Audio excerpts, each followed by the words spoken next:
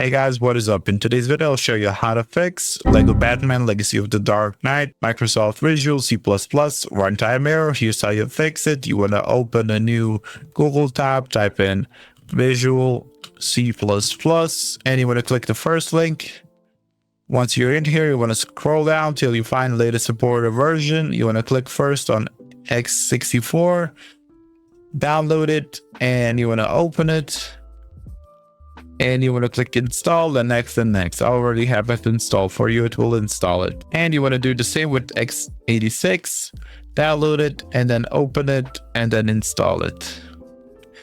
After you've done all of that, you're going to make sure that your drivers are up to date. Also, go to drivers in the NVIDIA or AMD panel and install the latest game ready drivers. And you want to make sure that you disable the NVIDIA overlay. And in the system, you want to turn off the G-Sync. And after you've done all of that, you can restart your PC and the game should work properly. That's it for this video. That's how you fix Lego Batman Legacy of the Dark Knight, Microsoft Visual C++, runtime error. Hopefully this video helped you guys. Like, subscribe, comment down below. See you guys in the next one. Bye bye.